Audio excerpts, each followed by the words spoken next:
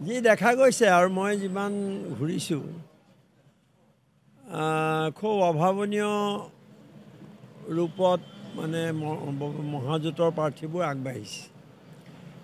আমি ভবা নাছিলোঁ কিছুমান ঠাইত যে যুদ্ধখনৰ কেনেকুৱা হ'ব, যুদ্ধখনৰ ৰূপ কি হ'ব, কিন্তু হঠাৎ দেখা গৈছে, হঠাৎ মানে মহাজোঁট গঠন হোৱাৰ পাছত লক্ষ্য কৰা গৈছে যে এটা জোৱাৰ আহিছে আৰু মানুহে পৰিৱৰ্তন বিচাৰিছে। আৰু তাৰ আগতে মহাজোঁট গঠনৰ আগতে মানুহৰ যিটো এটা হতাশা আছিল, বিৰোধী ঐক্য নহ'ব নেকি, ভোটবোৰ ভাগ ভাগ হ'ব নেকি, কাৰণ মানুহে আজিকালি সাধাৰণ মানুহেও ৰাজনীতিৰ কথা জানে। গতিকে সেইফালৰ পৰা মই দেখিছোঁ, মই অলপতে নৰ্থ বেংকত গৈছিলোঁ, বিহপুৰীয়াত বহুত সভাত বক্তৃতা দিছিলোঁ। দেখিছোঁ যে যথেষ্ট মানে কিছুমান সমষ্টি আছিলে য'ত বিজেপিৰ লগত যুদ্ধ নহ'ব বুলিয়ে এটা ধাৰণা কৰা হৈছিল ৰাজনৈতিক বিশ্লেষকসকলে, কিন্তু মই দেখিলোঁ যে নহয়, সকলোতে যুদ্ধ হ'ব, বৰং ভবাতকৈ বহু বেছি উন্নত হৈছে এতিয়া অৱস্থাটো। প্ৰথম পৰ্যায়ৰ কথাটো মই কেইদিনমানৰ পিছত ক'ম আপোনালোকৰ আগত, কাৰণ ইতিমধ্যে মই কিছুমান জৰীপ চলাই আছোঁ আৰু মোৰ জৰীপটো জানেই যে মই দীৰ্ঘদিন সাংবাদিকতাত থকা এজন ব্যক্তি হিচাপে, এজন সাংবাদিক হিচাপে মোৰ যিটো চ'ৰ্চ, যিটো ছাৰ্ভে কৰে আন দলবিলাকে, মই সেইটো নকৰোঁ। সদায় মই আমাৰ মফচলীয়া সাংবাদিকসকল আপোনালোকৰ পৰাই মই তথ্য লওঁ আৰু সেইটোৱে বিশ্লেষণ কৰি আহিছোঁ ইমান দিনে। গতিকে মই এতিয়াও সেই তথ্যবোৰ সংগ্ৰহ কৰি আছোঁ। আজি আহিছোঁ বোকাখাতলৈ, আমাৰ প্ৰাৰ্থী আছে ইয়াত আঞ্চলিক গণমৰ্চাৰ। গতিকে মই দুই এদিনৰ পিছত ক'ব পাৰিম, কিন্তু এইটো ঠিক যে যোৱাবাৰতকৈ বহুত বেছি ভাল ফলাফল হ'ব। খাটাং বোকাখাতে এটা নতুন পথৰ সন্ধান দিছে।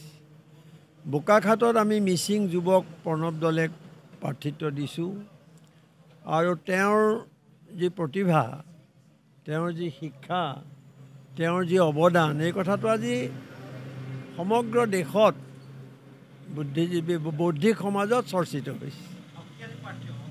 মই কৈ আহিছোঁ, সেইকাৰণে মই এই কথাটো ক'ব খুজিছোঁ যে আমি তেওঁক প্ৰাৰ্থিত্ব দি আমি এটা বাৰ্তা দিব খুজিছোঁ সমাজলৈ যে যি ধৰণৰ স্খলন হৈছে আজি ৰাজনীতিত, টকা পইচাৰ যি প্ৰভাৱ, বাহুবল, ধনবলৰ যি প্ৰভাৱ, সেইবোৰৰ পৰা মুক্ত কৰিবৰ কাৰণে আমি তেওঁক আগবঢ়াই দিছোঁ। আৰু মই যিবোৰ খবৰ পাইছোঁ, সৰ্বসাধাৰণ ৰাইজে, মধ্যবিত্ত সমাজে তেওঁক লাহে লাহে আঁকোৱালি লৈছে।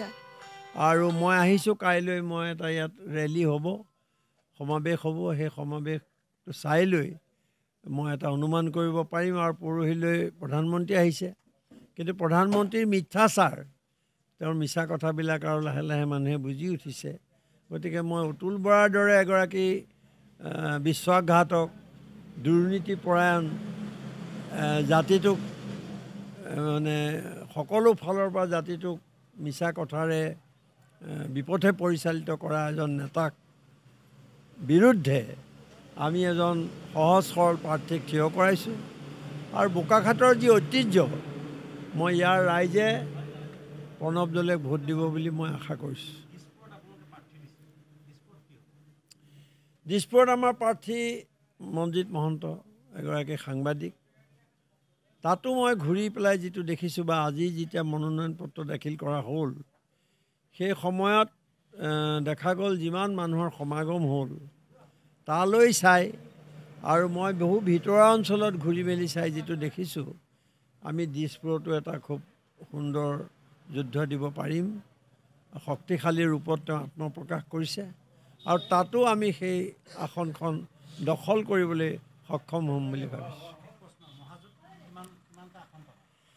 মই চাওক, আপোনালোকৰ দৰে আছিলোঁ মই সাংবাদিক, বহুত মই ৰাজনৈতিক বিশ্লেষণ কৰিছোঁ, ফৰকাষ্ট বুলি কয় যিটো, সেইটোও কৰিছোঁ। গতিকে মই মহাজোঁটে 101 বুলি কৈছে, সেই কথাটোলৈ মই নাযাওঁ। আপোনালোকে মোক সোধোতেও নিশ্চয় চাগে তেনেকুৱা এটা বিশ্বাস লৈ সুধিছে। খালি মই এইটো ক'ব পাৰোঁ যে আজি অসমৰ পৰিস্থিতি অধ্যয়ন কৰি মই বুজিছোঁ যে আমি মহাজোঁটে একক সংখ্যাগৰিষ্ঠতা লাভ কৰি চৰকাৰ গঠন কৰিবলৈ সক্ষম হ'ব। একক সংখ্যাগৰিষ্ঠতা 64ত নাথাকে আৰু বহুত আগুৱাব 100+ কথা আছে তেওঁলোকৰ জৰীপত পাইছে আমিও সেইটো সমৰ্থন কৰোঁ কিন্তু মই মোৰ বিশ্লেষণেৰে কৈছোঁ যে 101 পাওক নেপাওক কিন্তু একক সংখ্যাগৰিষ্ঠতা পাই চৰকাৰ গঠন কৰিবলৈ সক্ষম হ'ব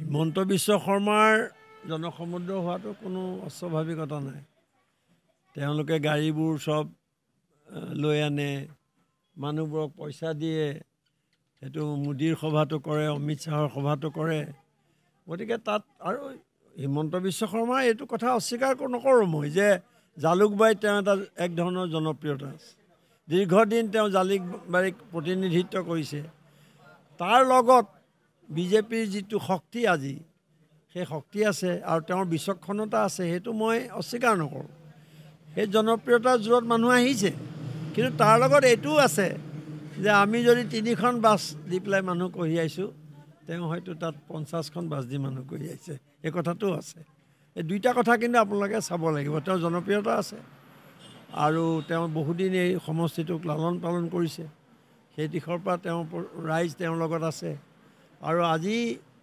দিনটোত তেওঁ যিমান শক্তি প্ৰয়োগ কৰিছে সেই হিচাপে জনসমুদ্ৰ হোৱাটো কোনো ডাঙৰ কথা নহয় কিন্তু ডাঙৰ কথা দিছপুৰ সমষ্টিটো তাত অতুল বৰাৰ দৰে প্ৰাৰ্থী আছে আৰু তাত আমাৰ কোনো একোৱেই নাই টকা পইচা নাই আমাৰ কোনো হেলিকপ্টাৰ উৰাবলৈ উপায় নাই দুখনমান গাড়ী ল'বলৈ আমাৰ উপায় নাই গতিকে আমি খুব এটা আৰ্থিক দিশত আমি অত্যন্ত দুৰ্বল তথাপিও আমি ৰাইজৰ দান বৰঙণিৰে আগুৱাইছোঁ আৰু আজি দিছপুৰৰ প্ৰাৰ্থীগৰাকীয়ে মনোনয়ন দিওঁতে যিটো দেখা পালোঁ মানুহৰ যি সমাগম আৰু যিটো উৎসাহ উদ্দীপনা সেইটোৱে আকৌ প্ৰমাণ কৰিলে যে হিমন্ত বিশ্ব শৰ্মাৰ পিছতেই কিন্তু আজি আপোনালোকে খবৰ ল'ব যে দিছপুৰ সমষ্টিৰ প্ৰাৰ্থীগৰাকীয়ে মনোনয়ন দিওঁতে যিমান মানুহ হৈছিলে সেই জনসমুদ্ৰ নহ'লেও জনসমুদ্ৰৰ ওচৰে পাঁজৰে গৈছে গতিকে আপোনালোকে ধৰি লওক বুজি লওক